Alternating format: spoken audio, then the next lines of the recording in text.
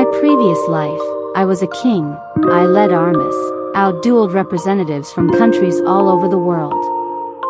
Yet, out of all my accomplishments, I have never been as proud as I am in this moment. I can crawl, baby. Arthur crawling forward proudly. Alice, Ray, make sure he doesn't hit his head on that corner. Rayland, okay. You block him from getting near that shelf. Arthur hid his face in the mirror and was amazed at his looks. Alice, aw, look, Art is looking at himself in the mirror. It's been months and I'm still not used to my new name. As a former king, Art is little too cute for me. Although looking at myself here, I have to admit that I'm absolutely adorable. Watch out, future ladies. Prepare to be heartbroken. Alice put Arthur to sleep and kissed him on his cheek. Sweet dreams, my little Art. But as soon Alice closed the door, Arthur woke up. He was just faking it. He threw his blanket on the floor and jumped. Now that Alice thinks I've fallen asleep, I have approximately an hour or so before she comes back to check up on me. He crawled out of his room and rushed toward another destination within reach, full speed ahead. He reached the room full books. Ever since I discovered this place, I've been sneaking in every night to learn more about this world. Decathan, the continent I had been born in, comprised of 3 major kingdoms. Elenwar, the elven kingdom deep in this forest, Darv, the vast underground kingdom and home of the dwarves, and Sapin, the human kingdom, and easily the most populated region. Both this world and my previous one shared a monarch system. He checked some books to read, but rulership Harris passed down rather than earned. I found early on that this world is vastly underdeveloped to my old world, but the reason for lack of technological advancement, I realized, here it is. He chose a book named Beginner's Guide for the Privilegal Mage. Is because of magic, he opened the book and started to read. I think this is where I left off.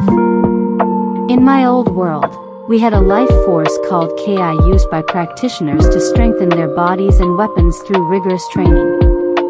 This world has similar force called mana. However, unlike Ki, which existed only inside a person, mana is present all around us. He is enjoy his book and scratching his butt. The power to control mana is largely genetic.